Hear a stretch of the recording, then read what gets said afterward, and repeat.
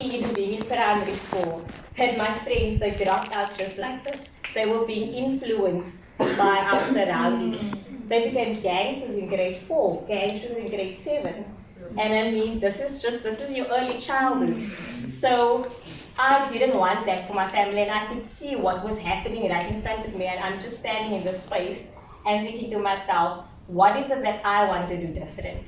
I'm here with my family, we are struggling, gunshots are coming through the windows. How do we get from here to a better space? So apart from that as well, the people in my community, they are sick, they are struggling. The clinics are getting horrible treatment, they are not getting what they need. You go into the clinic, you know you're going to stand there for how many hours. So all of these factors, they all played a role in the decision that my mom and my dad made into what I wanted to do. Because at a very young age, you know, when you look at TV, you're just like, oh, I want to be that person, I want to be this person. But because of what I was seeing, I knew exactly that I wanted to be in the medical field. So in Atlantis, that opportunity was not there. And that's why my mom and my dad decided that it would be best to send me away, right? So my dad actually has family in Paul. I don't know if you guys have been to Paul, but it's a very odd place. Yeah, Pero. So the Pero lives there. They obviously, they welcomed me because it's my dad's brother. But what was important for me was, even if I had to leave home from such a young age, or at such a young age, all I wanted was a quiet space. I just wanted a place to sit down and study, because I knew that that would be the only thing that I can use to change my circumstances, right? So now I'm in Paul, and I'm just like, oh, this is a very different environment. This is not Atlantis. Atlantis is like a dorp, is so small.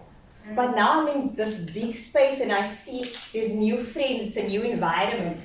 But despite being in this new environment, I still grew up in a space that wasn't the best space. So my dad's family actually stayed in a shack.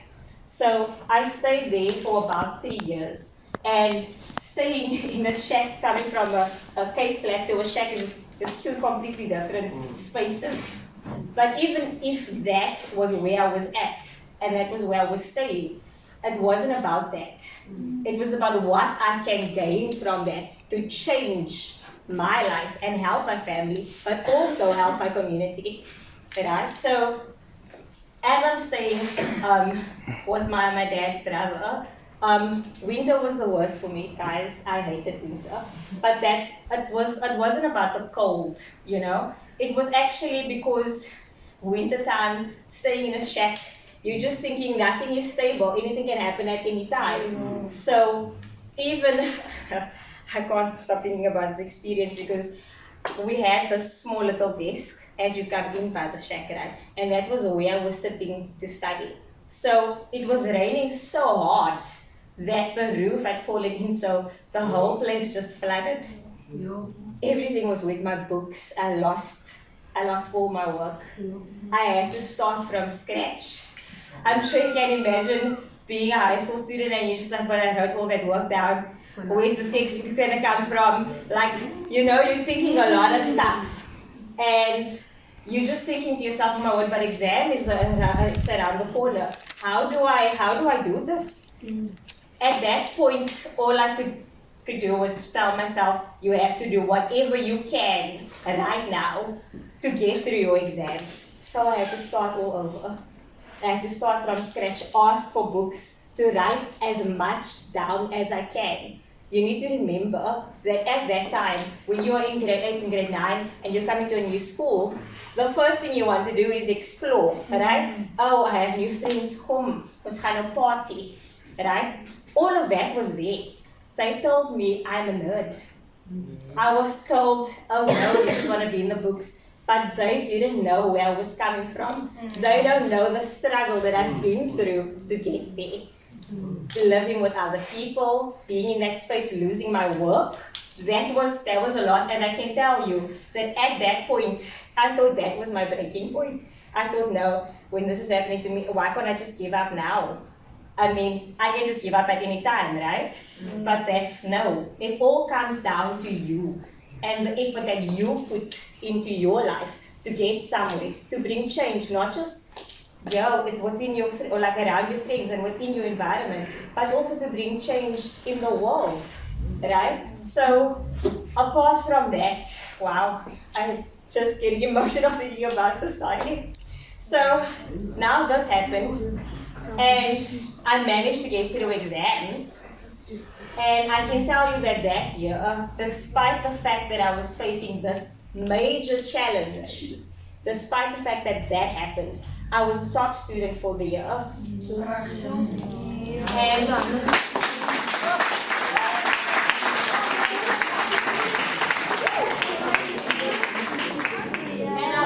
I'm standing here today in front of you guys because I want you to look up to someone, because I didn't have that. There wasn't guidance. I had to pick myself up and tell myself, you're going to get through this. And just when I thought, oh, you know what, I just survived the storm, right? I just survived the storm. Okay, life, please be good to me. I'm away from my family. I only have this year, and I just want to make the best of this opportunity.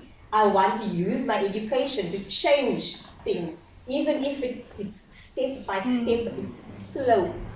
Patience is it's a virtue. Patience, but at the end of the day, I want you guys to remember that nothing is just straightforward. Life is going to throw curveballs at you. I thought that I just faced this flood, right? This one night, I'm at home. My grandparents decided, okay, that they are gonna go away to a meeting, but they are not taking me with them. And they asked my cousin to come and look after me, right? Because I was alone. So my cousin came over, and I'm just sitting down, I'm busy reading. She actually invited her boyfriend to come and have a conversation with her, because I was obviously not talking to her, I was busy with my work, right? They offered me juice, and I was like, oh, thank you, this is really nice. Because once you sit down, and I guess this is probably just when I get lost in work, right? When you sit down and you're struggling with a maths problem, you're sitting and you're getting frustrated, you don't get up to go to the bathroom or to go get food. So that was what was happening. So she offered to give me juice. And I grabbed the juice, and a few minutes later, I just started feeling dizzy. And I was like, what is wrong? I don't think I did anything else. I don't feel sick. What is happening to me? So I just decided, okay, you know what? I'm gonna go and lay down. I just want to see if I'm gonna feel better after my nap, right? So as I tried to lay down on the bed, here I'm being approached by my cousin and a boyfriend, and they are trying to take my clothes off. My own family. I am fighting for my life. I don't know what is happening. All I know is that my head is spinning and that I need to get out of there. I managed to escape to the bathroom, and I locked the door. They managed to rip all my clothes off. I was stuck in the bathroom for hours because I'm sitting there, I have no phone. I don't know how to scream for help because no one can hear me. And on top of that, I don't know if they would do something to hurt me, right? So as I'm sitting in the bathroom and contemplating, and I'm sure you can imagine all of these thoughts running through my mind. Why is this happening to me? How can my own cousin do this? Like, what did I do? You know, all of these questions. But at that moment, all I did was sat there, and I waited and waited to hear when it was quiet, because I needed to get out of there. So eventually, as time passed, I heard that they left the house. I made my way out of the bathroom, and I got dressed. I'm sitting there and I'm thinking to myself, God, what is going to happen to me if I tell my mom and my dad that my cousin just tried to do this with her boyfriend? And I'm thinking to myself, did I just come all the way here to Paul to experience this? Is this a sign that I need to give up? That I should just go back to Atlantis and just go back to whatever waits that side? there were so many, oh my word, I had so many doubts. And days went by. I can tell you that I couldn't tell my family I was too scared to speak up. Because I don't know about you guys and what you know, but back then, no one believed you. If you had to say something, you must forgive your uncle, you must forgive your cousin, it was, oh my word. I honestly thought that my mom and my dad will say, you have to come to Atlanta right now. But this was affecting me, not telling them that this is what they tried to do. This was affecting me. I couldn't sleep, I couldn't eat.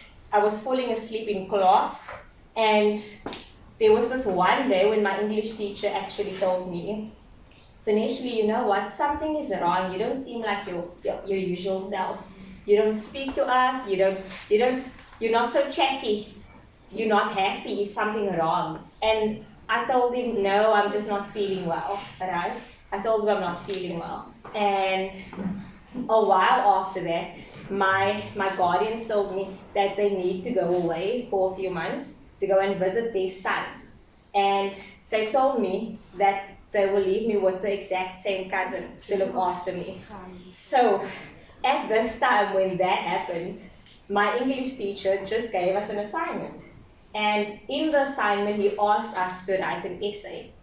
And that essay was the essay that I used to express myself and how I was feeling.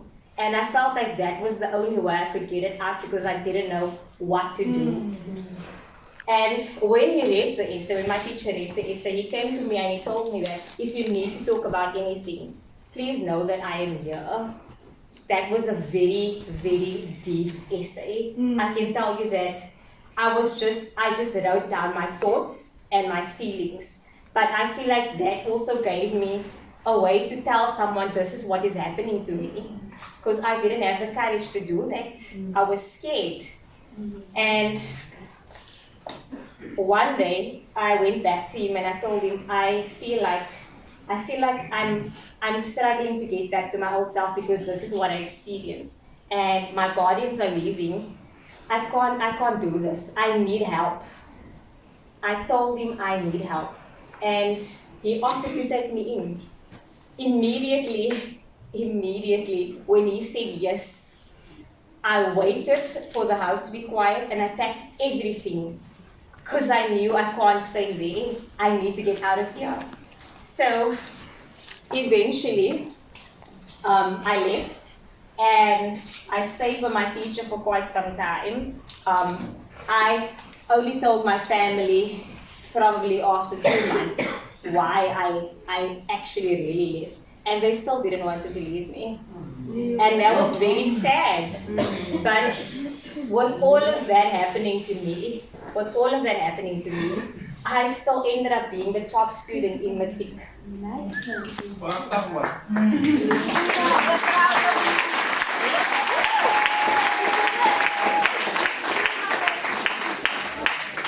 So I want you guys to take my story because I feel like it carries power to inspire you. I couldn't do this years ago. I couldn't even tell my own family. And now I'm standing in front of so many people and I can do it. And it took a while for me to get here. And I can tell you that it's going to take a while for you to get there as well. Everything takes time. So eventually when I made it into university, I was so excited. Because now I'm like, oh, I made it to university, oh my word. Did I get here? Atlantis, wow. University? Is this really happening? Right? You are excited, you're thinking of, oh, what am I going to wear? Oh, what am I going to do here? Well, I can tell you that I applied to all of the universities that exist because I felt like I needed to take that chance and that opportunity to do what I really want to do, but also to have many, many options out there.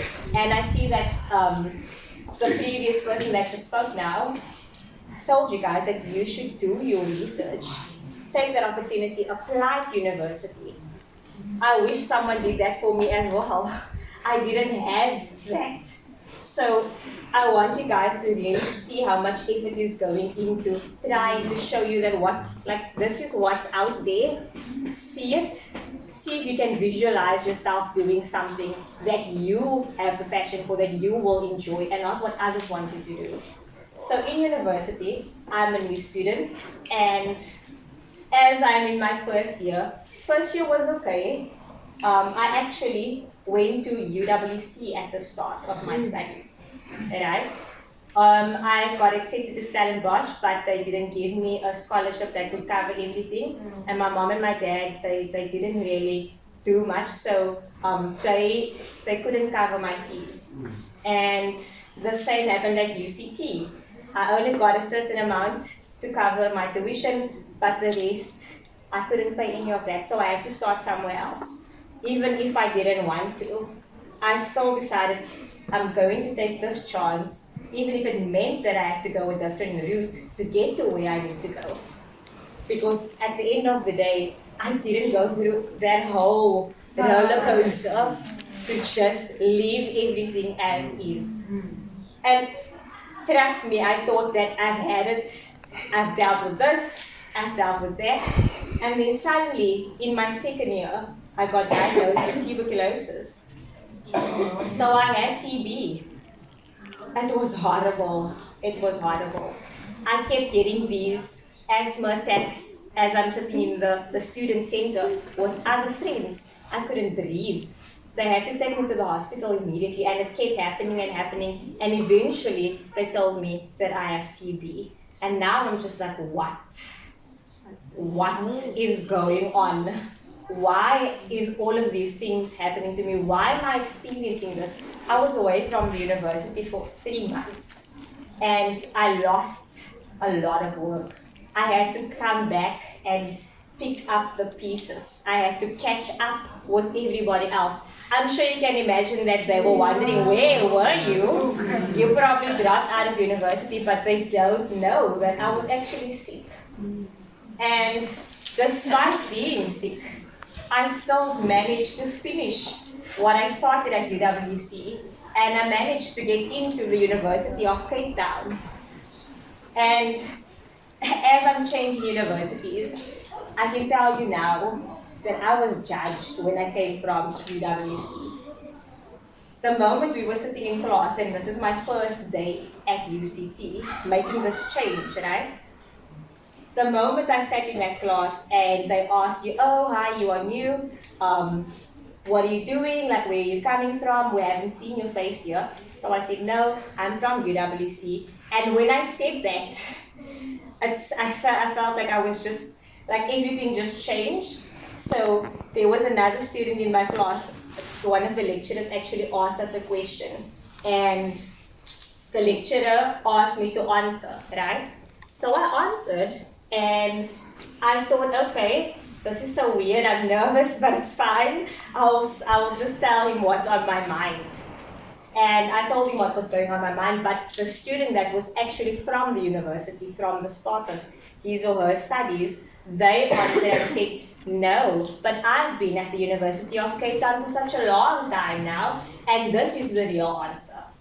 And at that point, I wanted to obviously explode, but I told him separately that just because I'm coming from a different university, it doesn't make me less of a person. It doesn't mean that I know less because we studied the exact same thing. And that was just one of the challenges that I had to deal with. The amount of work that you generally will get, and I'm telling you now, because you are in Matric and you know this, there will always be work.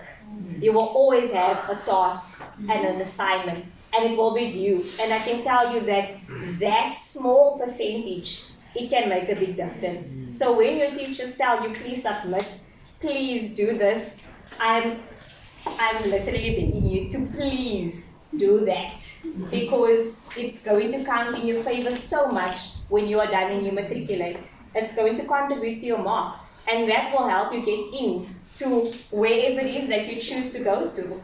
So as I'm at UCT, just when I thought, okay, I'm handling the pressure, I'm handling all of this work, I'm getting there step by step, wow, what's happening now at UCT? Something went wrong with my accommodation. So I don't know what exactly happened, but I ended up not having a place to stay. So I actually went to go and sleep by a friend of mine in Guguletu. And I can tell you guys now, that was a very different space. That was a very different space. But I want you to think about this, that despite the fact that I've had to go from this one place to another place do you see how my journey had to go in order for me to be here and talk to you guys today? So in that year, when I didn't have a place to stay and my friend was helping me, I contracted tuberculosis once again, and I was diagnosed with TB once again. So I had it twice now. And now I'm like, is this the career for me? Because I'm working in the medical field, and how does this happen to someone that works in the medical field?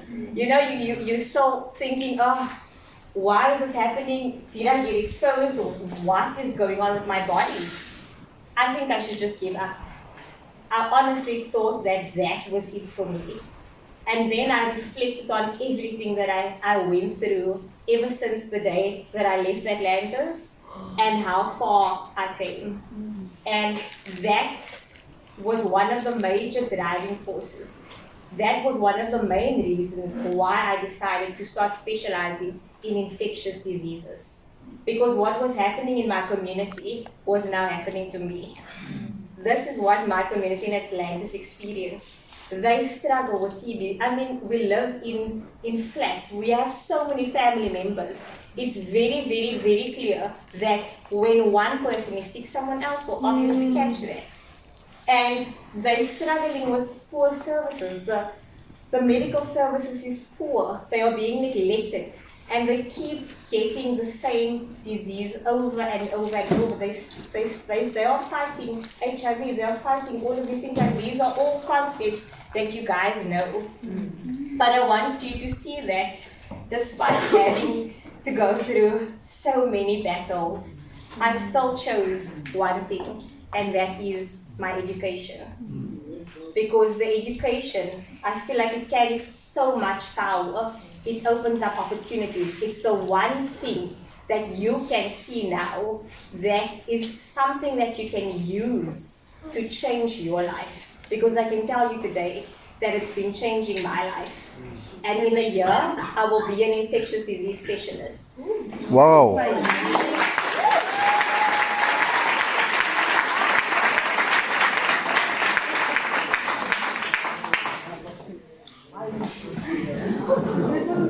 I can't believe that the time has gone that fast. I kept getting asked, when are you done? How long must you still study? And I keep getting these questions over and over. I lost friends. I was told I'm a party pooper. But it's fine. It's okay. I got the judgment. But I knew exactly why I needed to say no to that party and no to that whatever it is that you're inviting me to.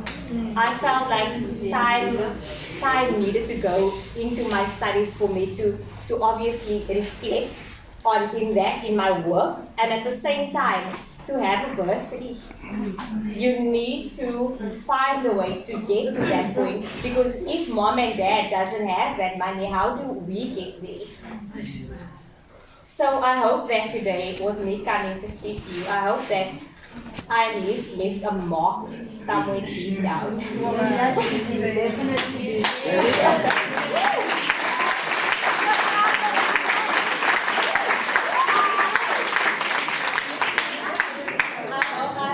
Left the mark, and I hope it woke everybody up, because I knew you were asleep. But I also hope now, Rodney, that you know my journey and everybody else, and that you know how important this is to me.